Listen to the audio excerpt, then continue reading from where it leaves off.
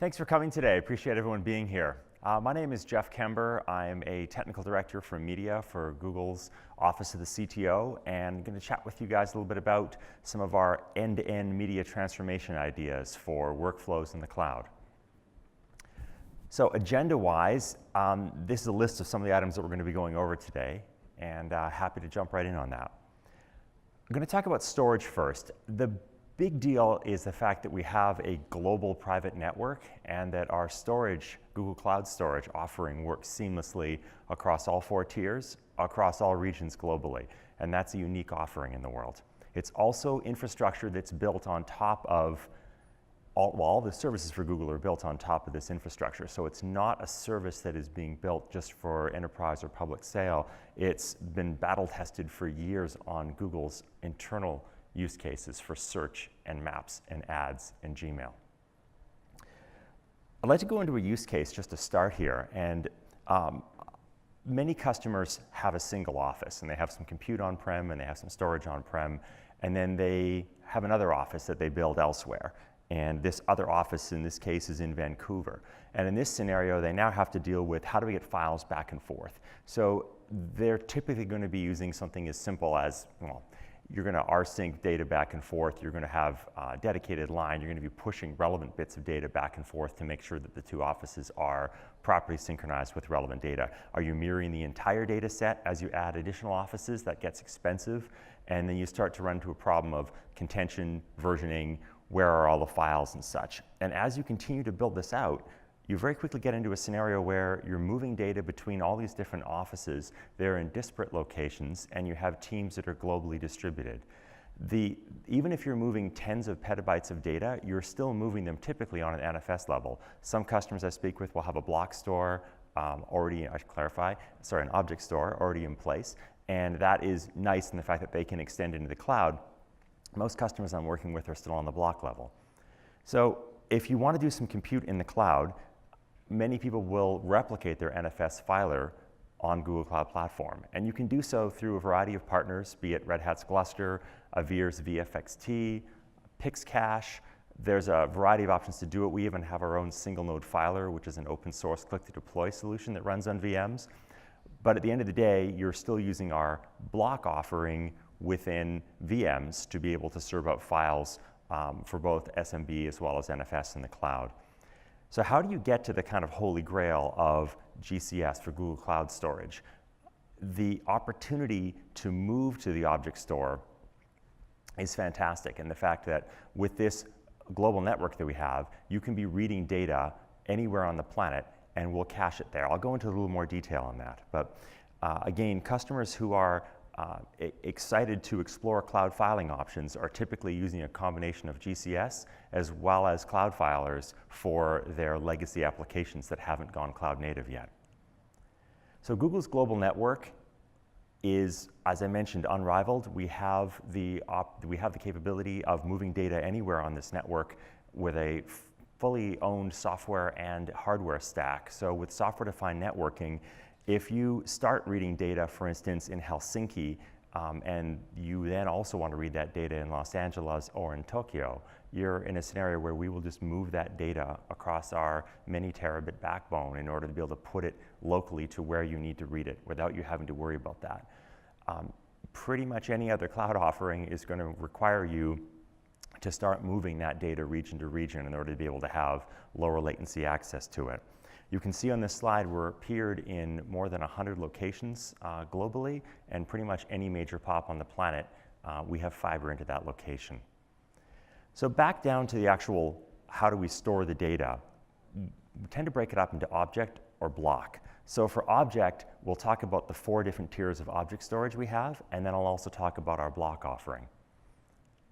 So in terms of our object offering, we offer multi-regional, which gives you more than 150-mile separation between locations, and that would enable you within a given geographical region of, let's say, Europe. You're going to have it in 2 different locations there, or in North America, you'll have it East Coast and Central, or East Coast and West Coast, and the same goes for offerings in Asia.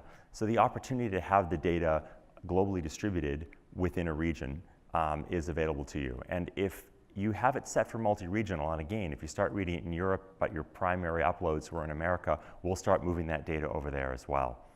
Regional is interesting in the fact that it's slightly lower cost, and we put the data in the region that you'd like it to be in. We still offer the cached reading for local access. However, if you're doing compute on that data in the cloud, then you want that data to be as close to the compute as possible.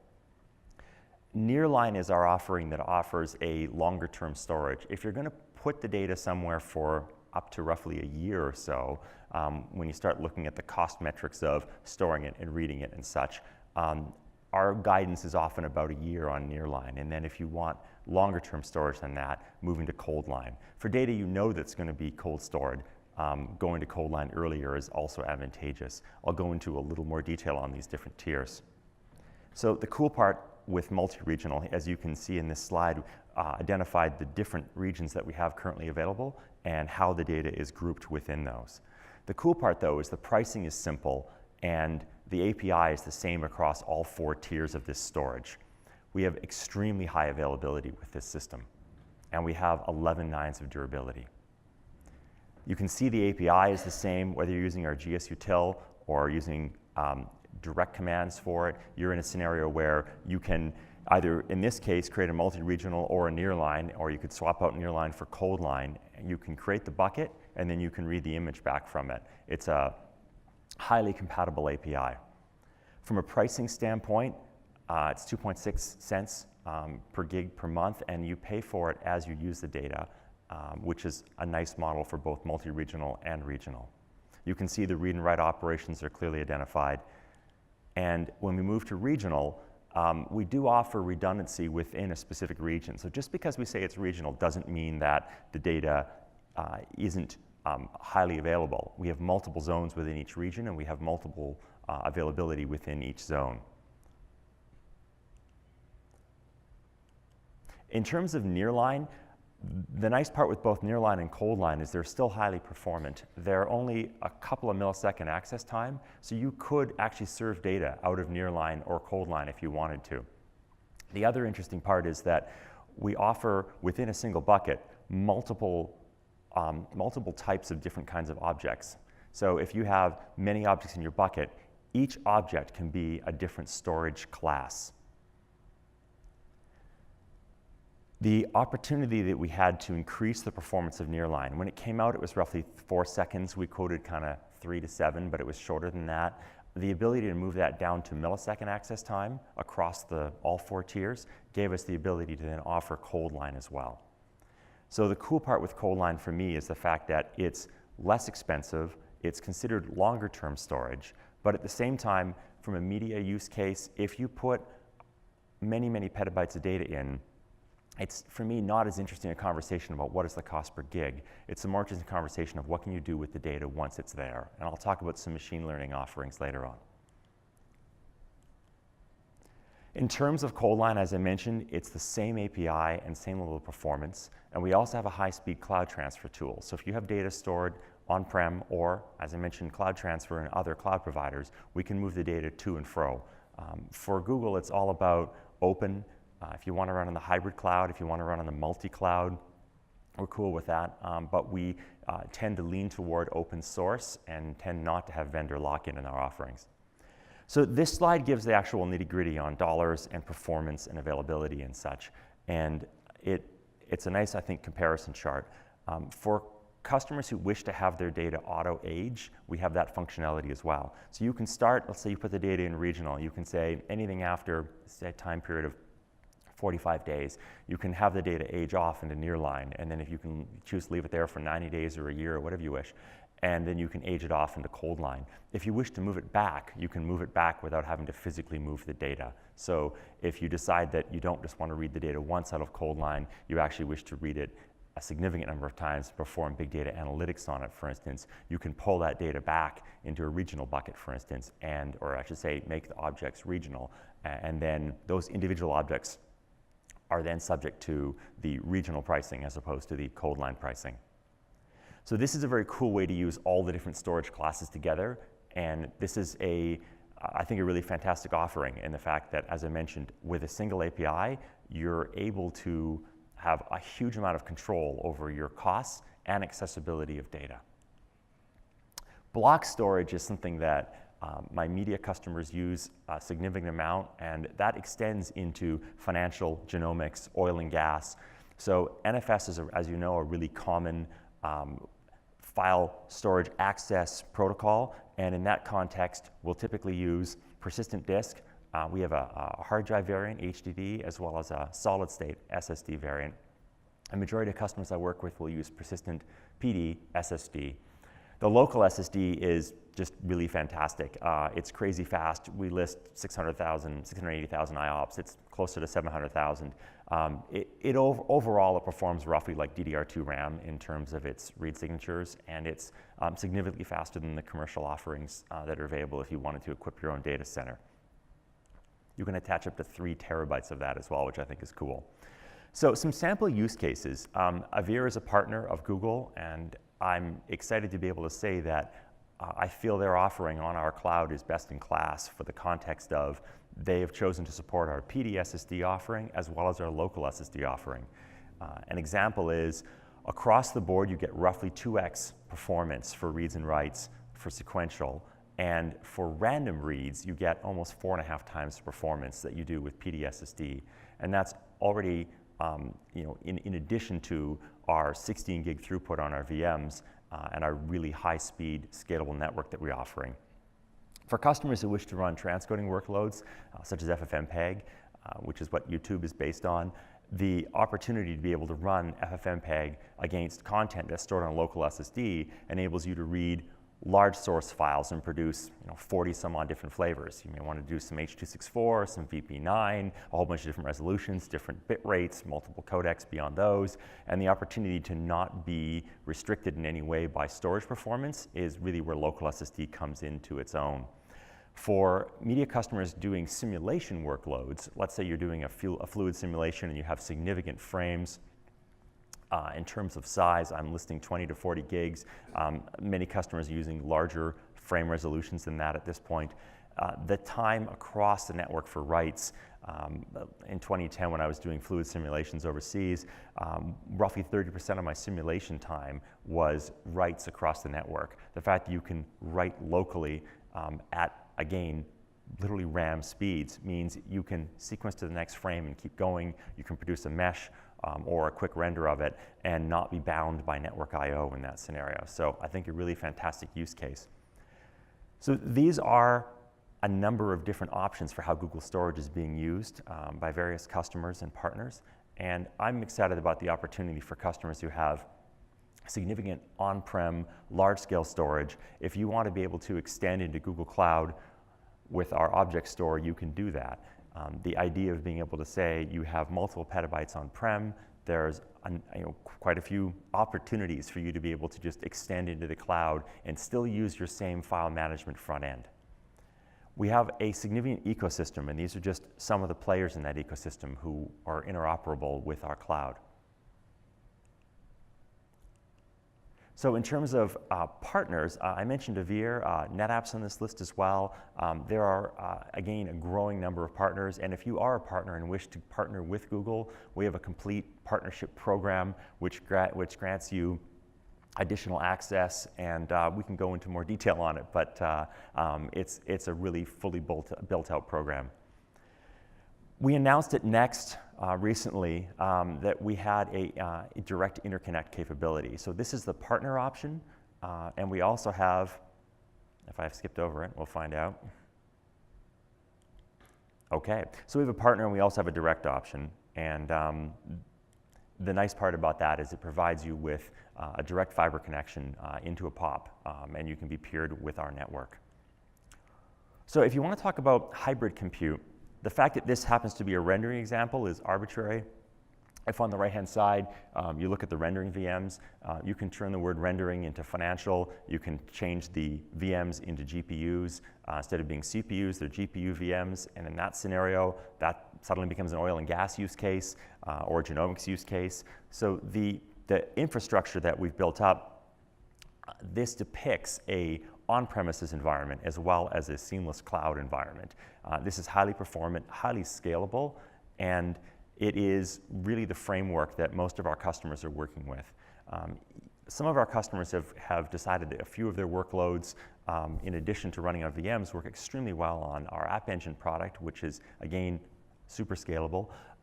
The other customers I'm working with have also gone further than VMs and containerized their workloads. And that is typically based on our Kubernetes platform, which is open source. You can run it on premises, you can run it on your laptop. The containers can be spun up locally in your infrastructure or seamlessly on the cloud. So Adrian Graham gave a really great talk with John Barris, our product manager for GPUs, in another session recorded earlier today on GPUs and using both compute and display GPUs with a remote desktop Teradici session. And for me, the really cool opportunity for this is you can spin this array up for extremely low cost, and yet he was demonstrating 128 GPUs, and he was running those off of just a few number of VMs, because we can attach up to 4 cards, 8 die per VM. And the demonstration was, I thought, pretty amazing. It was running V-Ray RT. It was based on 3D Studio Max. You could tumble the camera around and move things around, and the scene would resolve just incredibly quickly. The opportunity to scale that to a larger test is something that we're going to do. We're going to start throwing more GPUs at it and just see how close to real time we can get with a really heavily loaded complex scene. There's a number of options for the PC over IP solution. Teradici is great for customers who want to be able to have a 444 color space when it resolves. If you stop moving your mouse, it also has Wacom support, so you can stop your tablet for just a moment, and the screen will resolve to an accurate color rendition. So if you don't need that, there are other options. If you do need that, or you want to have the fully managed bandwidth capability that it has, then we recommend Teradici as one of our partners for that capability.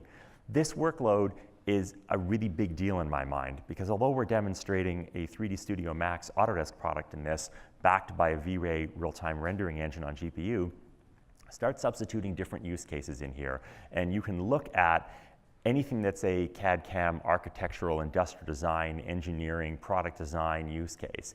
If you're using a GPU on a local workstation and you don't want to have the data local, if you want to do large-scale video editing, digital intermediate, something that you have a significant amount of data, let's say you have hundreds of terabytes of data set you're working with, and you want to have, and you feel you'd benefit from a 50 microsecond ping time within the data center and 40 gig interconnects on the machines, 16 gig per VM. That's a beefier network than most people are running on-prem. Add in the local SSD to it. You can build a machine as 64 cores. That's a really impressive box, and you only pay for it by the minute. So if you need to go off for coffee, have lunch, go to a meeting, have a review with the director, meet with the client, you can shut it off and you're not paying for it. And for me, that's just a significant advantage. And then you can scale the machine all the way down and decide that you're not dealing with that level of complexity, or the client's not sitting with you making the work, the design work you're doing, a spectator sport. You can scale it back to an 8-core VM or a 16-core VM or whatever custom size of multiples of 2 virtual CPUs, as well as whatever footprint of memory you want, and you're only paying for that custom configuration. So again, for me, the ability to custom shape the machine and pay for it per minute is something that I think is significant, and we'll see more workloads onboarded to the cloud. Adrian and I have talked, and I think we share a vision on the idea of being able to move entire workloads to the cloud, so the only thing on-prem becomes a thin client at that point. That allows you to have multiple 2K monitors, thin clients, a stack of them, mice, Wacom tablets, keyboards, whatever input devices you need. And if you need to scale up by 100 artists for a couple of weeks, you can do that. If you need to then scale back down, you can also do that. And you're only paying for the size and shape of the machine for the duration you need it. And I timed out my machine, which is outstanding. Note to self, talk less on a given slide. But I was so excited about GPUs.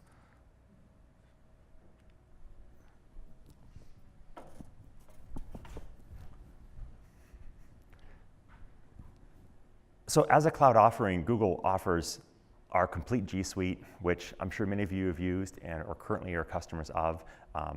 the opportunity to run with highly collaborative docs, spreadsheets, slide presentation capability. It's something I use kind of all day, every day. The opportunity to have 4 or 5 people contributing to a document in real time globally is just a really cool framework. The idea that we also have Chrome and Android, the fact that Android's open source, the fact that we have really consistent APIs that we feel are well documented, the ability, as I mentioned before, to have a highly scalable App Engine offering, which supports, there's new offerings for App Engine that were announced at Next, including Python 2.7 as well as 3. Kubernetes is incredibly popular on-prem and in a variety of cloud offerings, and we have Firebase as well. An aspect that I'm super excited about is the machine learning capabilities of Google with TensorFlow, and I'll chat about that in just a moment. Also happy to take questions after on our security capabilities. Google has 600 plus full-time people working on security distributed globally. We feel we have a highly secure offering, and we have a number of accreditations within the film industry that Todd Preeve spoke of earlier in another talk. I'm happy to chat about that as well. So from a machine learning standpoint, the algorithms are well known and not secret. Google decided to open source TensorFlow. The goal was to make it a standard, make it popular within the academic community, as well as to make it well used within the business community. You can run it on-prem. You can also run it very well in our cloud, which is where Cloud ML Engine comes in. In addition, Google has gone to the trouble to train a bunch of models. I'm going to ask for a show of hands here. Does anyone use Google Photos in the room? Anyone Google Photos? Okay, great, tons of hands, thank you. The ability to upload many thousands of pictures, tens of thousands of images, have the Vision API run on those images, metadata tag them. If I type in dogs into my telephone, I'll get all the pictures of everyone's dog that I know or a dog that could be in a frame. If I type in husky or other specific types of dogs, I'll get just those kinds of dogs. The opportunity to type in different places, the framework that's generated, it's super fast and highly accurate. I'm always surprised when I do a new search how it's found little edge cases and such. The opportunity to be able to use the APIs, though, they're cost effective, they're highly performant. The idea that we have the Translate API, which supports a broad range of languages, for me, it's the natural language interface that we have that's most interesting. I asked my Google Home the other day who was the name of a specific astronaut that had done a mission, and it knew who that was. And then I asked when that astronaut first flew, and the system was able to come back and understand the context of he was referring to the person in the previous sentence, and when he first flew meant space flight, and was able to answer the question correctly. I think that is just an example of a specific, a significant advancement that we have in the language API. The speech API will accept both pre-recorded and streaming content. So I have customers who are building really cool solutions that are combining these different APIs. So in terms of using your own data to train the models, we would normally refer to this as monetize your archive. So if you have just a huge amount of tape, and there's quite a few customers I work with who have 3 copies of everything they're contractually required. So they'll have giant robots, a mountain of tape, they'll have a significant amount of tape off-prem stored, and they don't really know what's on that, and they don't know where it is, and the ability to get it back is challenging. If the data is not stored on the expensive SSD/spinning tier 1, and it's not stored on the slower archive or potentially the object store on-prem if you're at that scale, and then if it's not in the archive that the robot can access and you have to go back and find it off-prem, that can take a day or 2 days to get that data, to get that tape back to you, load it on the robot, restore the tape, get the bit you want, realize that the data you're looking for is also stored on the different tape. There's part of it's there, part of it's in a different directory. Some user put it in their home directory, so you need to go and find that tape and restore that too. Each request can take more than a day. I've had situations where it's been 3 days to get the data I needed back, and then another 2 days to get the actual data that I wanted back, and I'm onlining significant bits. Systems is asking me where I want to restore it. I'm providing temp directories and remerging the data. If, however, you have the data stored on a product like ColdLine, our offering allows you to get at those objects in milliseconds without the multi-day turnaround. So once you have all the data on the cloud, though, what are you going to do with it? This slide depicts our training flow for being able to do a pre-process and be able to train and come up with a model. And then the prediction flow is how you're actually running that model against your data once you've created the model, and you're then getting the metadata results that you're then plugging back into your database. And again, for me, this is just such a cool offering to be able to say, for media customers, for example, let's look at every picture you've taken, let's catalog all of that. Let's look at all video, analog, digital, film, anything you have, and be able to actually have a use for it moving forward. Whether you wish to make that philanthropically available to the public at large, whether you wish to put a paywall in front of it and charge for access or subscription, that really gives your data a second chance in terms of usefulness for you. So that's my presentation for today. I appreciate everyone coming. Happy to answer any questions that you may have.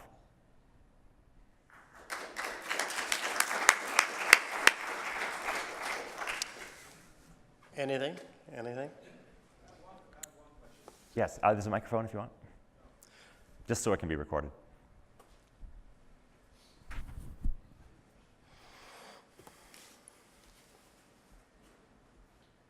Can you state who you are and where you're from, and then ask the question, please? Los Angeles. Nick Jarvis, HCST.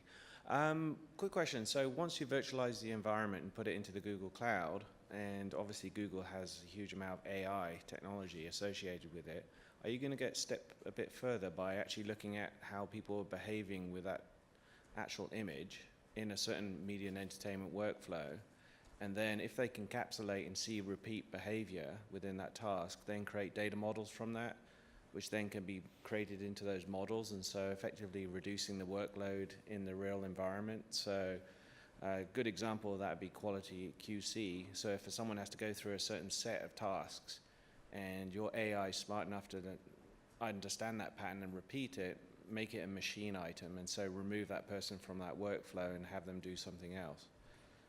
That's a great question. I'll start by saying that the data that Google reads when you send data to the API, for instance, let's say you send several images up, that data is looked at and analyzed in a stateless fashion. So we don't retain it, we don't train the model, and we don't improve our models based on the data you submit. So you can submit 100,000 cat photos, we will not increase or change our cat model based on that.